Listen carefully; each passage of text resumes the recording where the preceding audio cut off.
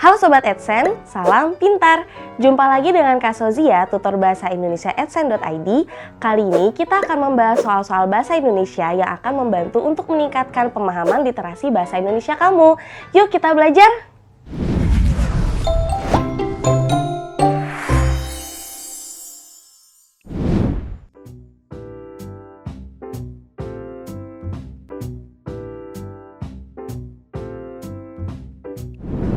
Oke, sekarang kita akan masuk ke soal yang pertama.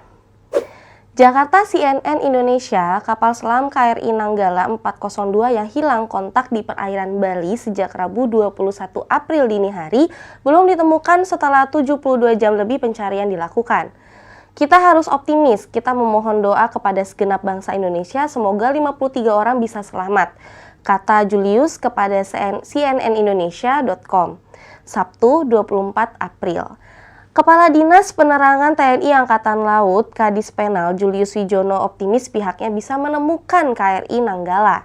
Ia juga memohon doa semoga 53 awak ini selamat. Kapal yang tengah latihan itu membawa 53 awak. Kapal terakhir melakukan kontak ketika hendak menyelam sekitar pukul 3 WIB, Rabu 21 April lalu.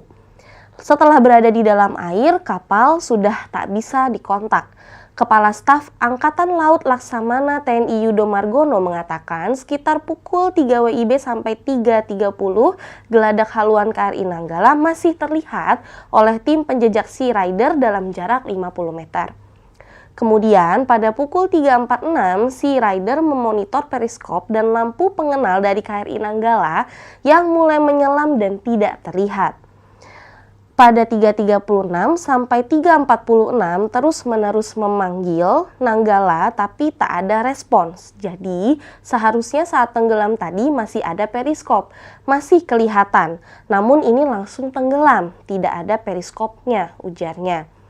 Sesuai estimasi jadwal, seharusnya KRI Nanggala timbul pada pukul 5.15. Namun saat itu KRI Nanggala tidak timbul di permukaan.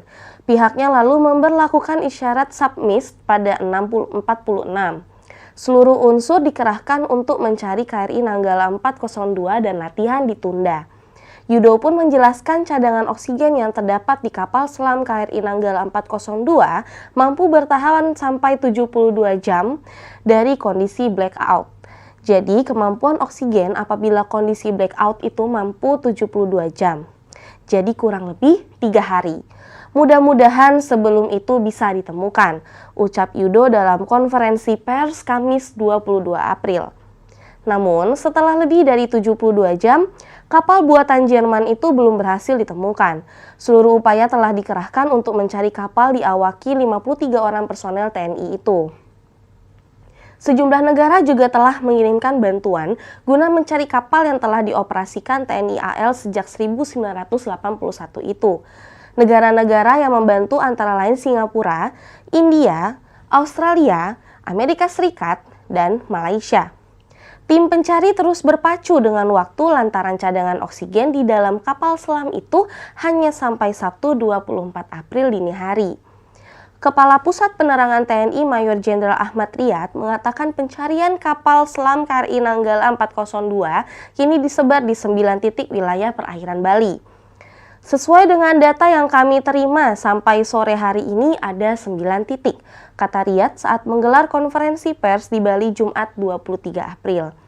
9 titik pencarian itu termasuk lokasi tumpahan minyak dan tarikan magnet kuat yang sebelumnya sempat terdeteksi oleh salah satu KRI dan helikopter yang melakukan pemantauan di lokasi. Titik pencarian ini tersebar di jarak 23 mil dari utara Bali atau sekitar 43 km dari Celukan Bawang. Oke, sekarang kita masuk ke soal yang pertama. Dalam setiap soal pemahaman literasi biasanya kita akan menemukan soal tentang judul. Nah, di sini kita dapat soal tentang judul.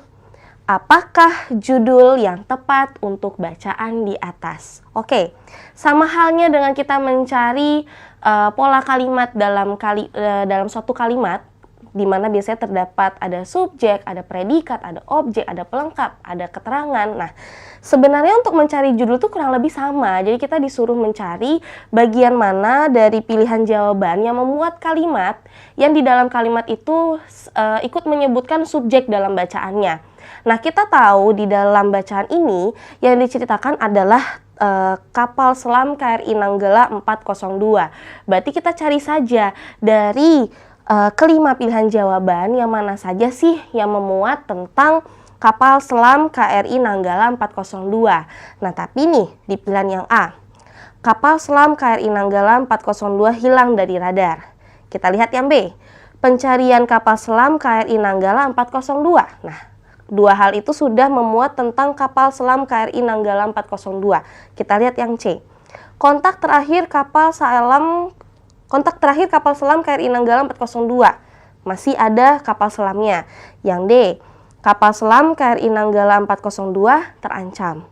Yang E. Nasib awak kapal selam KRI Nanggala 402. Nah, berarti karena semua subjeknya disebutkan, kita harus mencari peristiwa yang berkaitan dengan subjek ini di pilihan jawaban yang mana diceritakan. Kita lihat yang A. Tadi yang A bilangnya hilang dari radar. Ini ada sih ya, jadi bisa kita tandain dulu deh. Yang B, pencarian kapal selam KRI Nanggala 402. Nah, ini bisa langsung kita curigai karena sangat-sangat merujuk ke dalam isi bacaan. Kan tadi isi bacaan dari pertanyaan yang pertama ini itu fokusnya lebih ke pencariannya.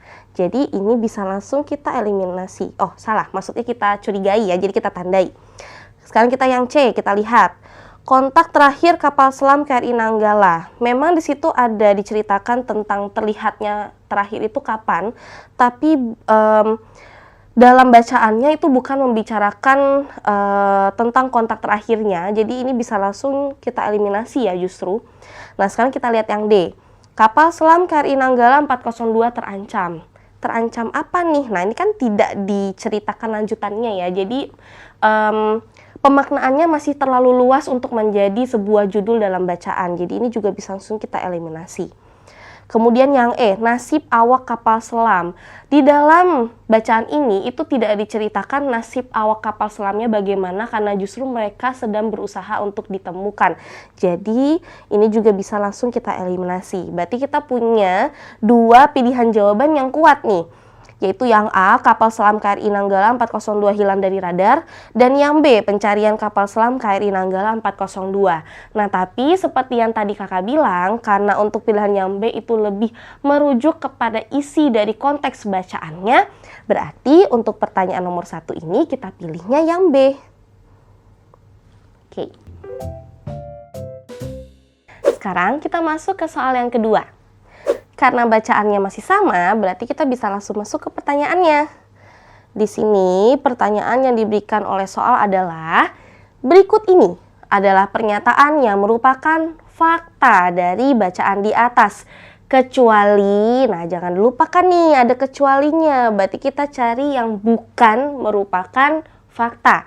Berarti kita bisa cari kalimat yang tidak sesuai dengan konteks, atau kalimat yang merupakan opini. Nah, sekarang kita masuk ke pilihan yang A. Kepala Pusat Penerangan TNI Mayor Jenderal Ahmad Riyad mengatakan pencarian kapal selam KRI Nanggala 402 kini disebar di 9 titik wilayah perairan Bali. Ini betul ya, sesuai dengan bacaan di bagian paragraf yang terakhir, lebih tepatnya di bagian kalimat yang ini. Nah, Kepala Pusat Penerangan TNI Mayor Jenderal Ahmad Riyad mengatakan pencarian kapal selam KRI Nanggala 402 kini disebar di 9 titik wilayah perairan Bali. Berarti sesuai ya. Berarti kita bisa langsung lihat ke yang B. Beberapa negara yang membantu pencarian KRI Nanggala 402 adalah Singapura, Prancis, India, dan Amerika Serikat. Nah, ini bisa langsung kita curigai nih, karena rasa-rasanya tadi itu tidak ada negara Prancis disebutkan. Kita lihat ya, ada di bagian paragraf yang ini. Lebih tepatnya di kalimat yang ini. Nah, negara-negara yang membantu antara lain Singapura, India, Australia, Amerika Serikat, dan Malaysia. Tidak ada negara Prancis disebutkan. Berarti sebenarnya untuk yang B udah bisa langsung kita pilih ya. Tapi kita coba cek dulu ya. Untuk yang C bagaimana nih? Cadangan oksigen dalam kapal selam diperkirakan hanya tersisa untuk 72 jam. Nah, kalau ini juga sesuai nih. Ada di bagian yang mana? Ada di bagian yang ini. Mampu bertahan sampai 42 jam. Oke, berarti masih sesuai. Berarti kita bisa langsung eliminasi juga nih. Kita lihat yang D. KRI Nanggala 402 membawa 53 tentara angkatan laut. Nah, ini juga sesuai karena tadi memang diceritakan bahwa yang dibawa itu ada 53 orang. Berarti ini juga bisa langsung kita eliminasi. Kemudian yang E. Seharusnya KRI Nanggala 402 dijadwalkan timbul di atas pukul 5 WIB. Ini juga sesuai karena tadi yang diceritakan harusnya pada pukul 5.15. Nah, berarti betul nih untuk pertanyaan yang ini jawabannya adalah yang B. Sekarang kita masuk ke soal yang ketiga. Teksnya juga masih sama nih, tentang kapal selam KRI Nanggala 402. Berarti kita bisa langsung masuk ke pertanyaannya aja. Pertanyaannya adalah, pertanyaan yang bisa dijawab oleh bacaan di atas adalah, nah, berarti konteks dari si pilihan jawaban itu harus ada di dalam konteks bacaan juga. Kita langsung cek nih, pilihan yang A, kalimatnya apa? Stasiun TV mana sajakah yang meliput pencarian KRI Nanggala 402 secara live? Ini tadi jelas tidak diceritakan, jadi bisa langsung kita eliminasi. Kemudian yang B, siapakah pemimpin pencarian KRI Nanggala 402? Walaupun memang ada petinggi-petinggi TNI yang masuk ke dalam konteks bacaan, tapi tidak dijelaskan secara rinci yang mana sih yang memimpin pencarian. Jadi ini juga bisa langsung kita eliminasi. Masuk ke pilihan yang C. Apa sajakah tindakan yang akan dilakukan apabila setelah 72 jam berlalu KRI Nanggala 402 masih belum bisa ditemukan? Ini juga tidak diceritakan. Karena semua konteks dalam bacaan itu fokusnya hanya ke pencarian. Tidak diceritakan tindakan yang akan dilakukan setelahnya apabila memang belum berhasil ditemukan. Berarti kita bisa masuk ke pilihan yang D. Ada berapa titik pencarian KRI Nanggala 402? Nah, ini tadi sudah diceritakan. Ada di bagian paragraf paling akhir di pernyataan dari Kepala Pusat Penerangan TNI Mayor Jenderal Ahmad Riyad. Nah, bagian ini mengatakan pencarian kapal selam KRI Nanggala 402 kini disebar di 9 titik wilayah perairan Bali. Berarti bisa dijawab ya. Berarti kita bisa curiga dong jawabannya adalah yang D. Tapi kita masih punya satu pilihan lagi yaitu yang E. Di mana lokasi KRI Nanggala 402 ditemukan. Nah, ini kan konteksnya sedang dicari ya, belum ditemukan. Jadi jelas tidak diceritakan di mana wilayah atau lokasi tepatnya kapal selam tersebut ditemukan. Berarti yang E juga bisa langsung kita eliminasi. Nah, berarti betul untuk pertanyaan yang ini jawabannya adalah yang D. Sekarang kita masuk ke soal yang keempat. Di sini ada teks baru, berarti kakak bacakan dulu. Ilmu pengetahuan dan teknologi (IPTEK) modern sebagai bagian dari peradaban manusia hadir dan memasuki percaturan politik ketika Isaac Newton membacakan buku Principia Philosophiae Mathematica di hadapan para anggota Royal Society of London pada tanggal 28 April 1686. Mulai saat itu, perkembangannya melesat sedemikian cepat hingga mampu memicu timbulnya revolusi industri di Inggris yang kemudian menyebar ke kawasan Eropa daratan dan Amerika. Sekarang di akhir abad 20, IPTEK modern telah mengalami perkembangan yang jauh lebih pesat. Karena sedemikian berpengaruhnya perkembangan iptek modern terhadap kemajuan peradaban umat manusia, ditambah lagi oleh adanya kenyataan akan keuniversalan sifat yang dimilikinya, iptek modern dengan mudah diterima oleh masyarakat Indonesia. Bahkan karena dirasa memiliki kemanfaatan bagi peningkatan martabat kemanusiaan manusia, di samping juga peranannya sebagai sarana yang paling representatif untuk mengejar ketertinggalan bangsa Indonesia terhadap bangsa-bangsa lain yang lebih maju, pembangunan bidang iptek pun mendapat prioritas. Nah, sekarang kita masuk ke pertanyaannya. Pernyataan-pernyataan di bawah ini dikemukakan dalam bacaan di atas, kecuali. Oke, jangan lupa tandai kecuali. Berarti kita carinya yang tidak ada di dalam bacaannya, atau kalaupun ada di dalam bacaannya ternyata dia kontra dengan bacaannya atau tidak sesuai dengan konteksnya. Berarti kita bisa langsung masuk nih ke pilihan yang A. Iptek modern berkembang pesat sejak abad 20. Nah, ini supaya kita bisa langsung curiga nih kalau jawabannya yang A. Karena di dalam jawaban ini dikatakan hadirnya itu pada akhir abad 20. Nah, berarti kalau dikatakan berkembang pesat sejak abad 20, tidak sesuai ya, karena kalau sejak abad 20 berarti kita menghitungnya itu sejak awal, dari awal abad. Padahal di sini dikatakan berkembang pesatnya itu di akhir. Nah, berarti ini bisa kita tandai dulu aja nih. Sekarang kita masuk ke yang B. Iptek modern merupakan bagian dari peradaban manusia. Ini betul ya, ada di ceritakan di bagian awal. Ilmu pengetahuan dan teknologi iptek modern sebagai bagian dari peradaban manusia. Berarti dari kehadirannya itu sudah dianggap sebagai bagian dari peradaban. Berarti untuk pilihan yang B itu bisa langsung kita eliminasi karena justru ada di dalam bacaannya. Sekarang kita masuk ke pilihan yang C. Iptek modern memiliki sifat universal di dalam dirinya. Ini juga tadi diceritakan ada di bagian awal juga nih. Bukan bagian awal, ada di bagian paragraf kedua ya. Nih ada kata keuniversalan sifat yang dimilikinya. Nah, berarti untuk yang C juga bisa langsung kita eliminasi karena sesuai dengan bacaannya. Sekarang kita masuk ke yang D. Pembangunan bidang iptek di Indonesia cukup mendapat prioritas.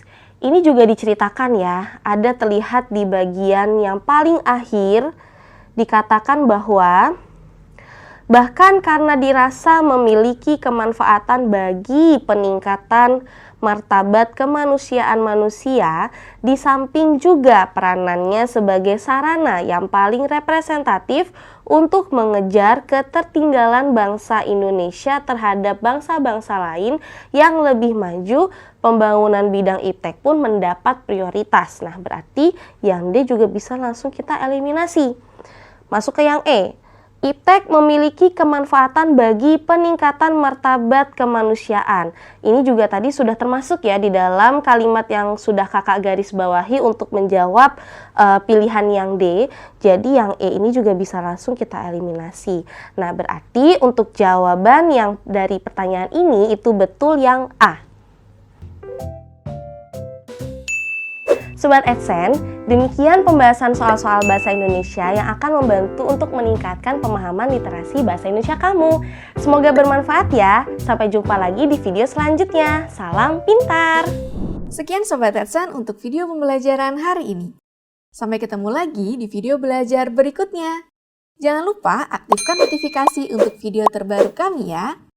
Sobat Adsense juga bisa mengunjungi adsense.id dan temukan ribuan video pembelajaran. Sampai jumpa Sobat Adsense, salam pintar!